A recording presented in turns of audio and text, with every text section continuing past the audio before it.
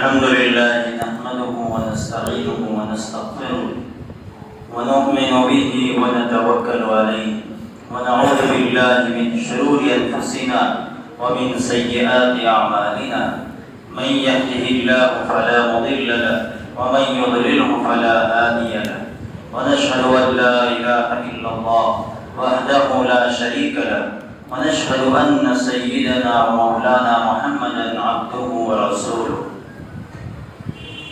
أما بعد أعوذ بالله من الشيطان الرجيم بسم الله الرحمن الرحيم أرأيت الذي يكذب بالدين فذلك الذي يدع اليتيم ولا يحض على طعام المسكين. سورہ معون کی پہلی آیات میں یہ بات بتائی تھی اور مخاطب کیا تھا اللہ کے نبی صلی اللہ علیہ وسلم کو کہ کیا تم نے وہ انسان اس شخص کو دیکھا جو جزا اور سزا کو جھٹلاتا ہے. پھر اللہ تعالیٰ نے جزا اور سزا کو ٹھکرانے والے کون ہوتے ہیں، کس کو آخرت پر اور قیامت پر یقین نہیں ہے، اس کا تذکرہ کر کے بتایا کہ وہی تو ہے جو یتیم کو تکتے دیتا ہے. یعنی کچھ کافر ایسے تھے کہ ان کے دروازے پر اگر کوئی یتیم مانگنے آ جایا کرتا تھا تو اس کو دھکے مار کے نکال دیتے تھے، دھتکار دیتے تھے. اس بات کی طرف اشارہ ہے کہ یہ جو کام ہے، یہ جو عمل ہے یتیم کو دھکا دینے والا، وہ مسلمان کا نہیں ہو سکتا بلکہ یہ کافر کا ہو سکتا ہے، کیونکہ اس کو یقین ہی نہیں آخرت پر کہ یتیم کو دھتکارنے سے مجھے کیا سزا ملے. اب جس کو اپنے عملوں پر یقین ہی نہ ہو بلکہ اس کا تو عقیدہ ہے مر گئے مٹی ہو گئی بات ختم ہو گئی، اور مسلمان کا عقیدہ یہ ہے کہ نہیں، ایک زندگی ہے، اس کے بعد ایک دوسری زندگی ہے جس میں انسان کی زندگی کا حساب ہونے والا ہے. یہاں اللہ رب العزت نے یتیم کا تذکرہ فرمایا ہے. یتیم اس کو کہتے ہیں جس کے سر پہ باپ کا سایہ نہ ہو، اور یتیم اس کو کہتے ہیں کہ جس کے سر پہ نہ باپ کا سایہ ہو نہ ماں کا سایہ ہو. دنیا میں ایسے بہت سے ہیں کہ جن کے سر پر یا تو باپ کا سایہ نہیں یا تو ماں کا سایہ نہیں، یا پھر نہ باپ کا سایہ ہے نہ ماں کا سایہ ہے. یہ بے بس اللہ کی وہ مخلوق ہے جو اللہ کی مشیت اور اس کے فیصلے پر زندگی گزارتی ہے. کیونکہ باپ کا چلا جانا اور بچوں کا یتیم ہونا یہ اللہ کے مشیت کے موافق ہے. یہ اللہ جو چاہتا ہے جس طرح چاہتا ہے اللہ کرتا ہے. آگے آ جاؤ، ابھی سے پڑھے، آگے آ جاؤ.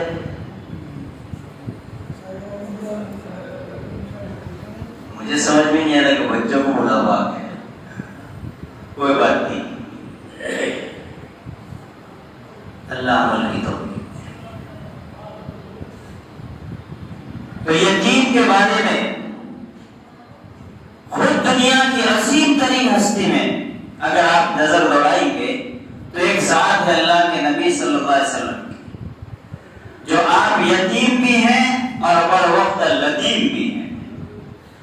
دنیا میں آنے سے پہلے باپ کا سایہ سر سے اڑ گیا، اور دنیا میں تشریف لانے کے 6 مہینے کے بعد ماں کا سایہ سر سے اڑ گیا. آپ یتیمیت کے حالت میں پڑے تو اللہ کے نبی جانتے ہیں کہ یتیم کے اندر کی مایا کیا ہوتی ہے. یتیم اپنے اندر کس چیز کو محسوس کرتا ہے.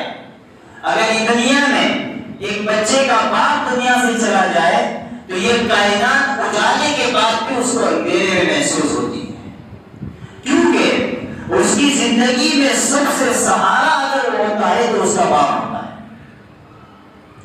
اور آج تو جیتے جی بھی یتیم ہے.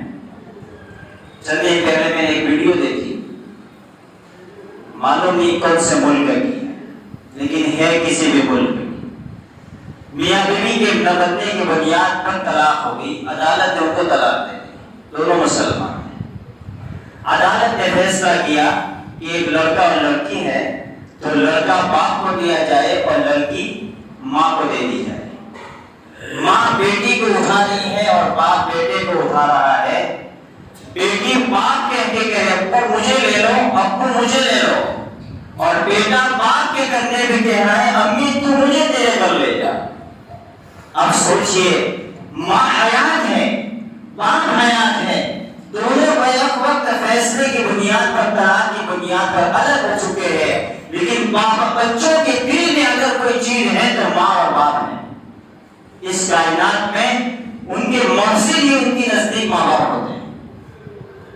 اللہ کے نبی صلی اللہ علیہ وسلم نے ارشاد فرمایا قیامت کے دن میں اور یتیم کی پرورش کرنے والا، یتیم کو پالنے والا اس طرح ہوگا جس طرح میرے دو ہاتھ کی ایک ہاتھ کی انگلی ہے، جس طرح میری یہ انگلی ہے کس طرح سے ملی ہوئی ہوتی ہے، تو یتیم کو پالنے والا، یتیم کی پرورش کرنے والا میرے ساتھ اس طرح سے جنت میں کندھے سے کندھا ملا کے جائے گا۔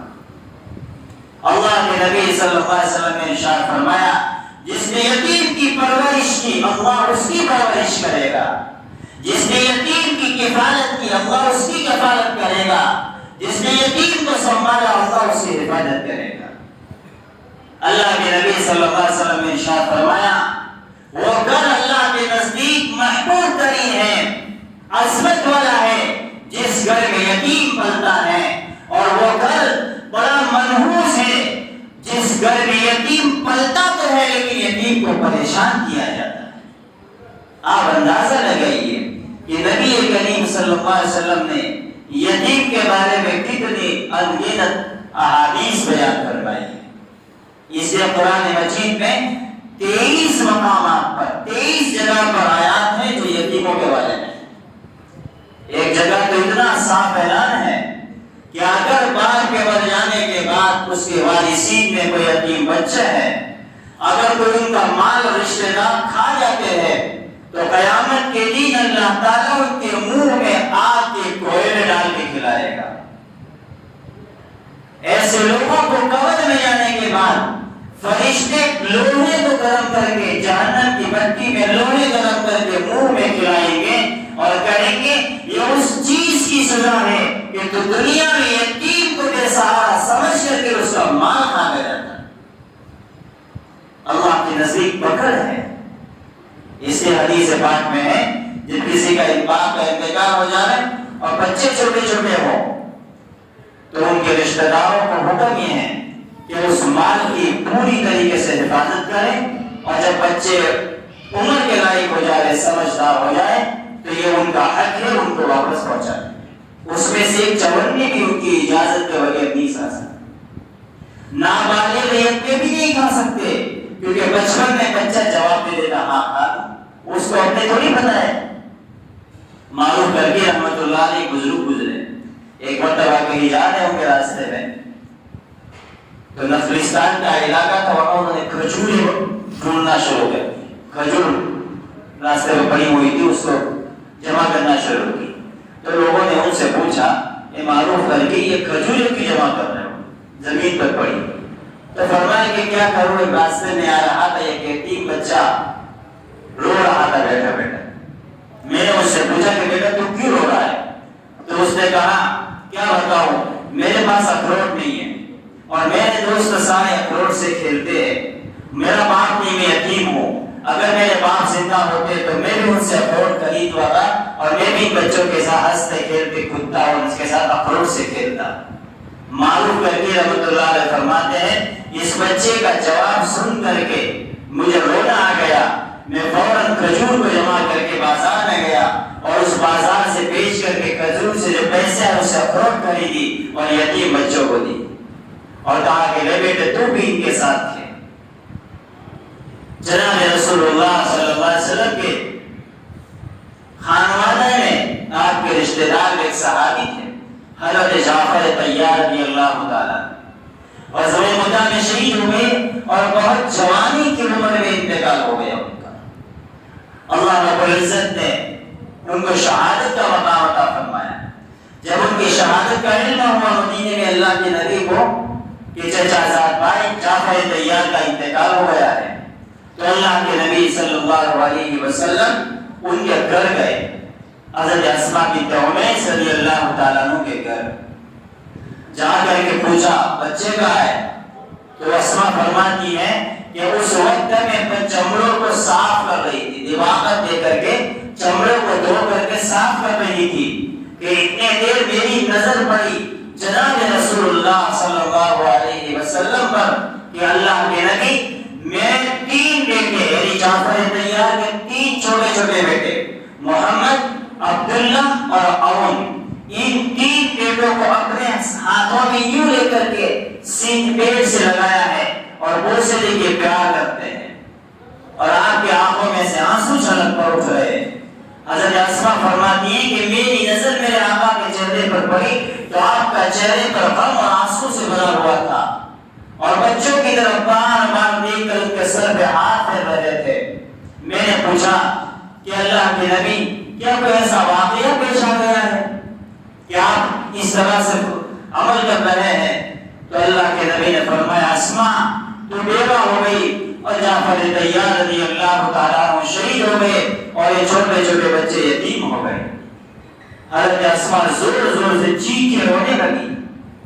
اب ظاہری بات ہے ان قریب پہ شادی ہوئی ہے، جوانی کا عمر ہے، چھوٹے چھوٹے معصوم بچے ہیں اور سرکار دو عالم صلی اللہ علیہ وسلم کا زمانہ نبوت ہے اور آپ علیہ السلام دیکھ رہے ہیں تو اسماء کا غم ابھر آیا اور ہاتھ سے سینے پہ پیٹنے لگی۔ اللہ کے نبی نے فرمایا عائشہ اسماء کو کہو کہ وہ خاموش رہے، صبر سے کام لیں، اور مدینہ کے تمام لوگوں کو حکم دیا جعفر میرا بھائی شہید ہو کے اللہ کو پیارا ہوا ہے اور جنت کا مستحق ہو چکا ہے، لیکن اس کے گھر میں گھر ہیں، 3 یتیم بچے ہیں، جس کے گھر میں جو کچھ بھی ہو ان یتیم بچوں کے لیے اور اس بیوہ عورت کے رحم کے لیے دے دیا کرے۔ تصور کیجیے، سوچیے، اللہ کے نبی کے دور میں جنگیں ہوتی تھی اور اس جنگ میں صحابہ شہید ہو جاتے تھے تو عورتیں بیوہ اور بچے یتیم ہو جاتے تھے۔ آج حال یہ ہے کہ ہمیں علم ہو کہ ہمارے محلے میں ہمارے گھر کے پڑوس میں کوئی یتیم ہے تو ہم اگر اس کی مدد بھی کرتے ہیں تو بڑی تحقیق کے بات کرتے ہیں۔ اصل میں مالدار ہے کہ بھی نہیں، کہیں ایسا تو نہیں اس کا باپ پراپرٹی چھوڑ کے گیا ہو، اس کی ملکیت نام پہ کر کے گیا ہو، یہ تحقیقات ہوتی نہیں۔ حدیث پاک میں اللہ کے نبی صلی اللہ علیہ وسلم نے یتیموں کے ساتھ شفقت کا معاملہ کرنے کا حکم دیا ہے۔ ایک صحابی تھے حضرت بشیر رضی اللہ تعالیٰ، یتیم کا واقعہ ہے، بہت عجیب واقعہ ہے۔ ان کے والد احد کے میدان میں جانے کی تیاری کر رہے تھے، حضرت بشیر، ان کا ایک بچہ اور ماں کا انتقال ہو گئی، بچے کی ماں کا۔ تو بیٹے سے باپ نے حضرت بشیر نے کہا کہ بیٹا اگر تیری اجازت ہو تو میں جنگ میں شریک ہو گیا جاؤں تاکہ میں بھی احد کے ثواب سے محروم نہ رہوں۔ پہلے تو بیٹا منع کرتا رہا بشیر کہ نہیں ابا جان میں اکیلا ہوں، تم مجھے کہاں چھوڑ کے جاؤ گے اور کیسے جاؤ گے؟ آپ ادھر رہو، امی تو نہیں ہے، میرا سہارا آپ ہی ہے، تو آپ کے سہارے سے مدینے میں دل لگ جائے گا۔ اگر آپ مجھے چھوڑ کے بھی چلے جاؤ گے تو میں یہاں تو رہ لوں گا، کسی کے گھر میں، صحابی کے گھر میں دل نہیں لگے گا۔ لیکن بڑا سمجھانے کے بعد پھر اجازت تھی۔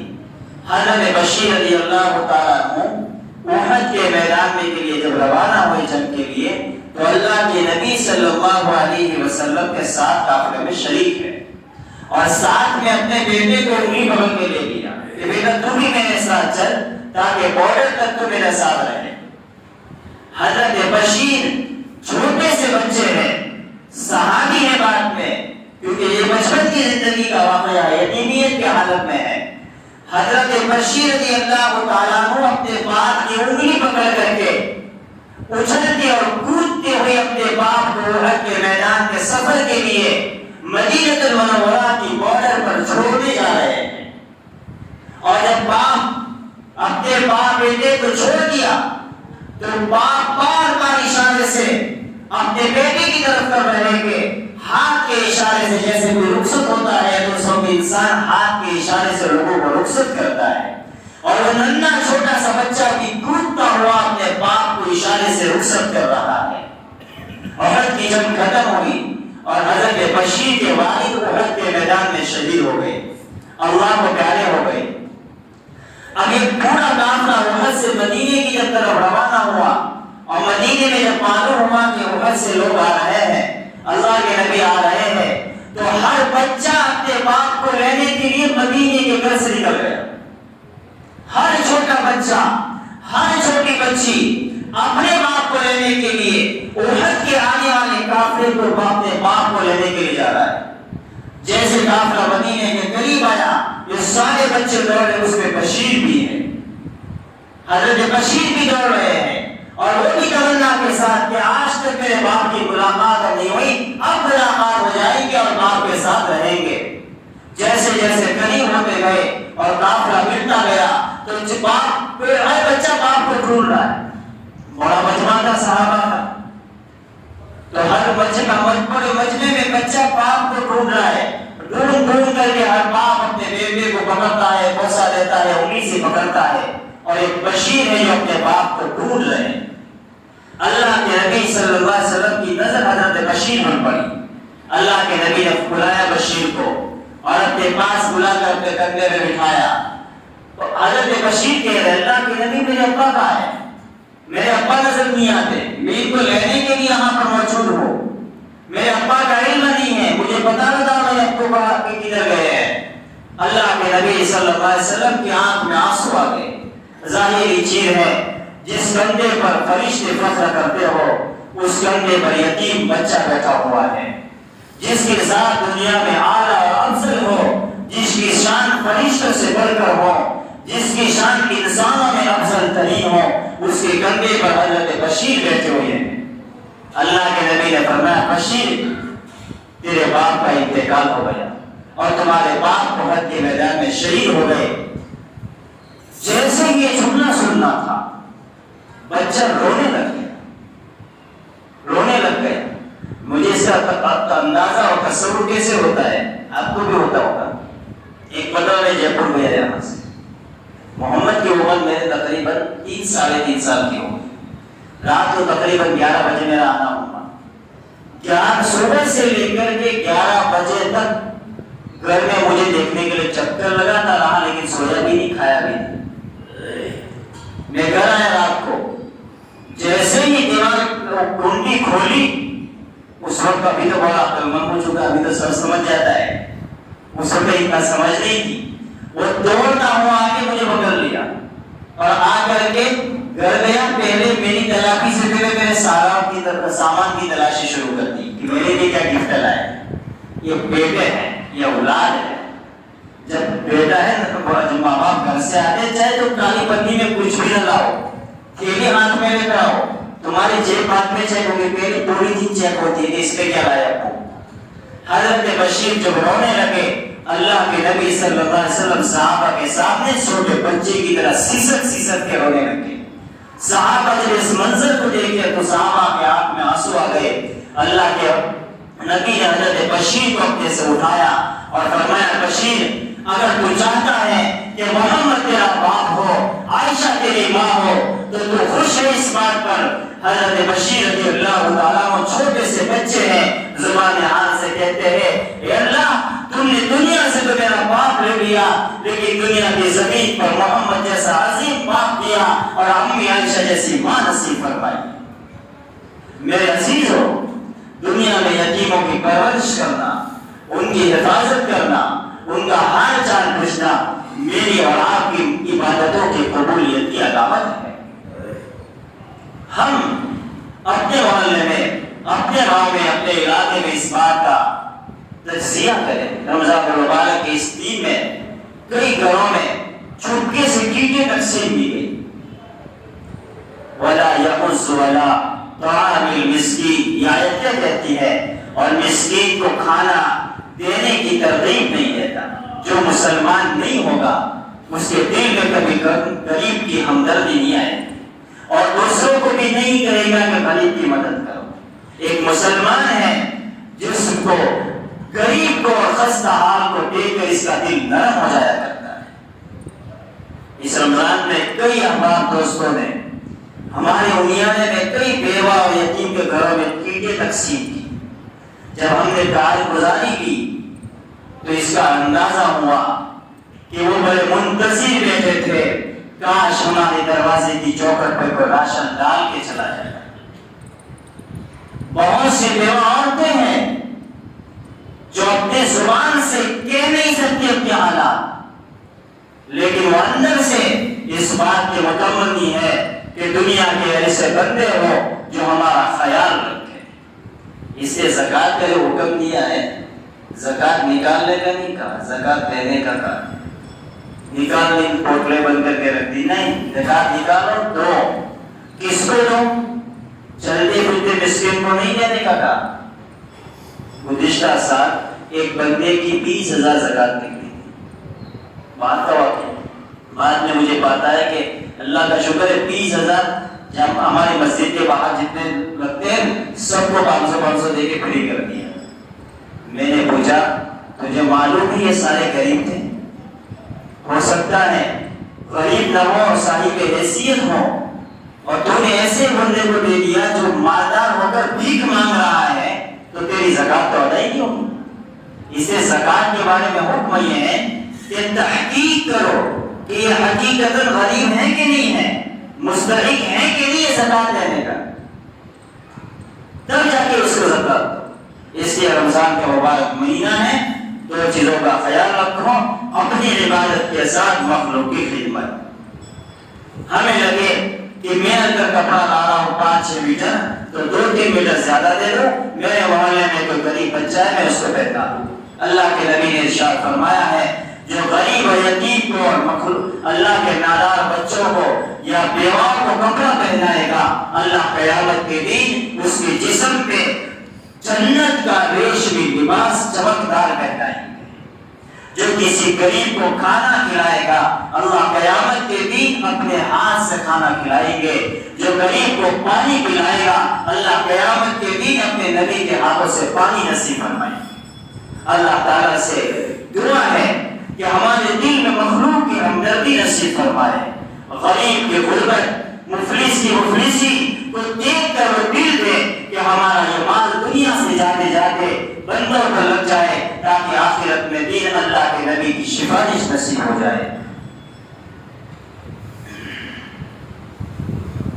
اللہم لک الحمد کلہ ولک الشکر کلہ والیہ یرجع الامر کلہ. یا اللہ ہم سب کے چھوٹے بڑے گناہوں کو معاف فرما، رحم کا، کرم کا، عفو کا، درگزر کا معاملہ فرما، عافیت کا، سہولت کا معاملہ فرما، نیکی تقوی پر زندگی گزارنے کی توفیق عطا فرما، تواضع، عاجزی، انکساری نصیب فرما. اے اللہ اپنے حال پہ رحم فرما، ہمارے حال پہ رحم فرما. ہم بگڑے ہوئے ہیں، ہم گناہوں سے بھرے ہوئے ہیں، ہم نافرمان ہیں، اپنے فضل کا معاملہ فرما.